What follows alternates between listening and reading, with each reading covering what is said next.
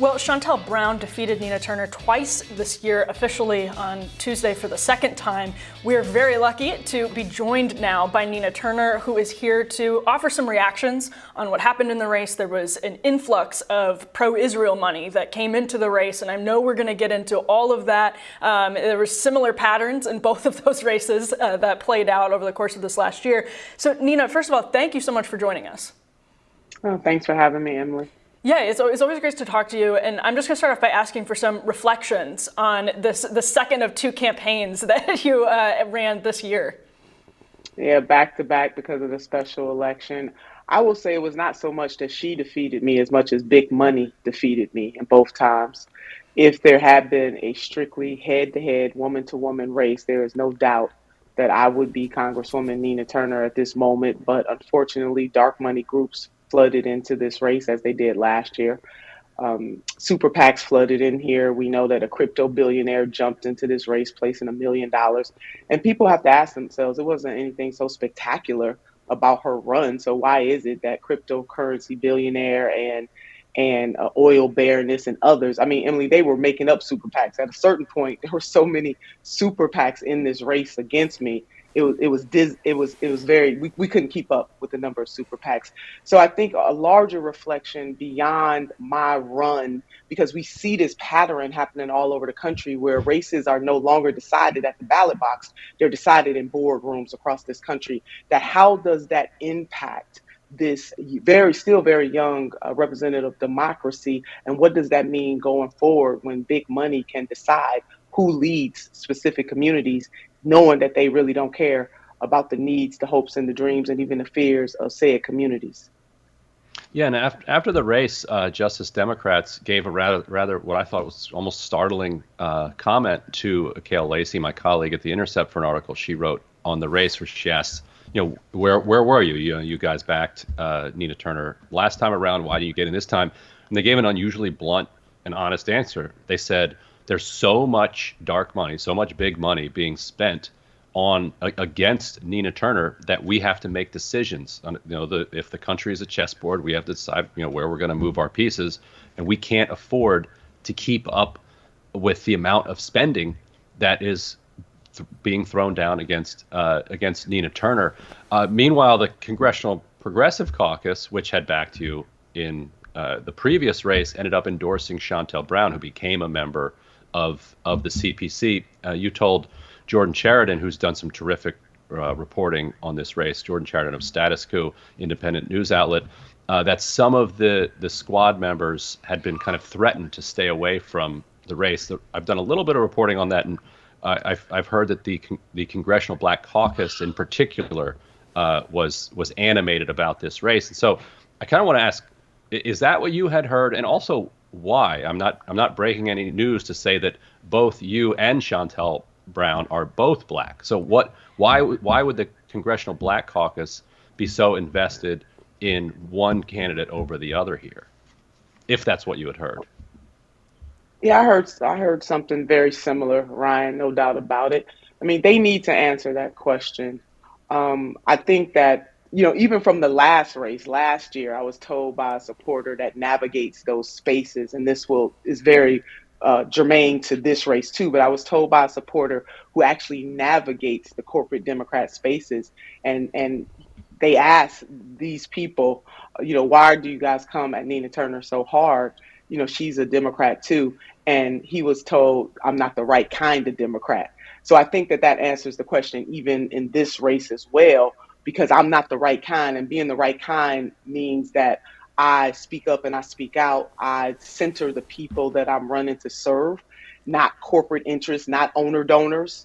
And so that is a problem for certain Democrats. And we know that the corporatist powers, whether they're rocking for Republicans or rocking for Democrats, they're rocking. And we know that unfortunately, they control the levers of power in this country, and something must be done about it. And I rail against that all the time. So that doesn't make me particularly the flavor Yeah. for Well, the congressional for the Congressional Black Caucus.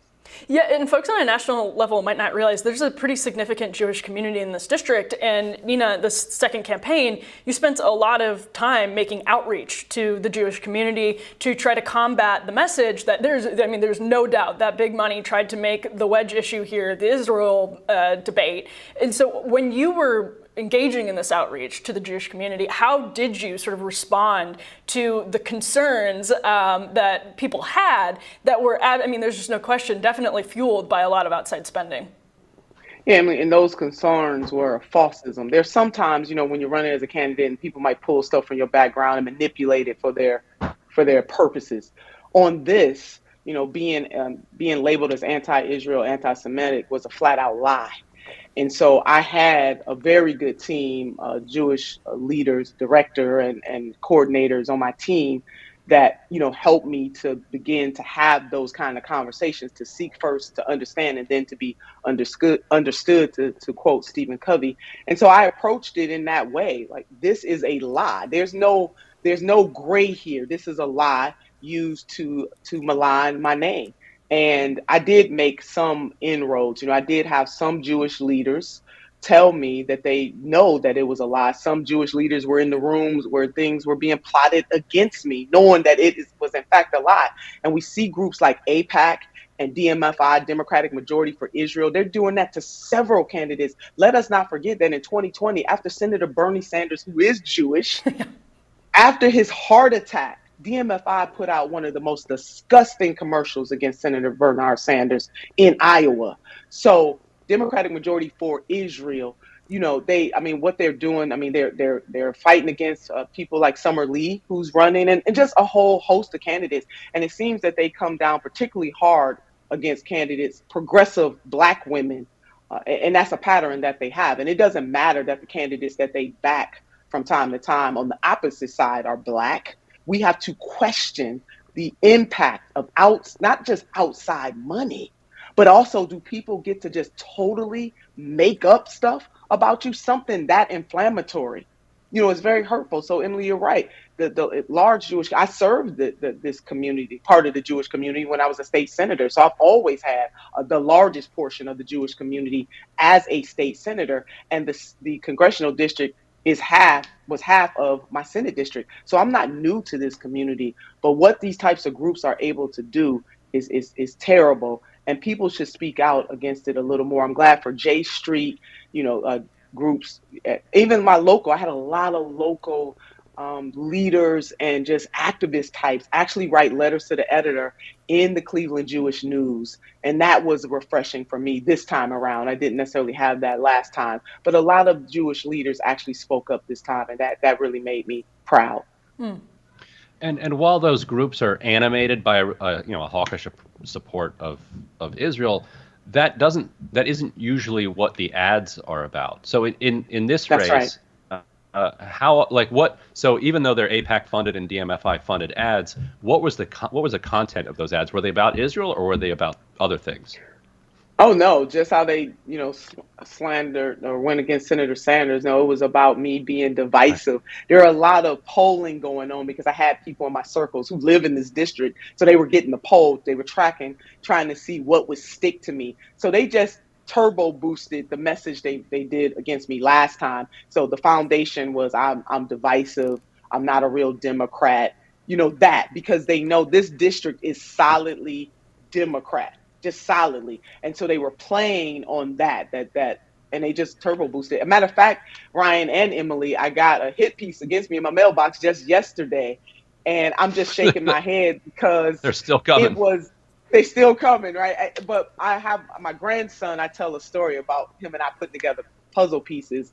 And they use that very beautiful story about my grandson and myself. And my grandson is 2 years old, and manipulated my words. It is just infuriating how far these people in these groups will go. A charter school association jumped into this race. Of course, the blue dog corporatist Democrats. When I tell you, it is no exaggeration, the number of PACs.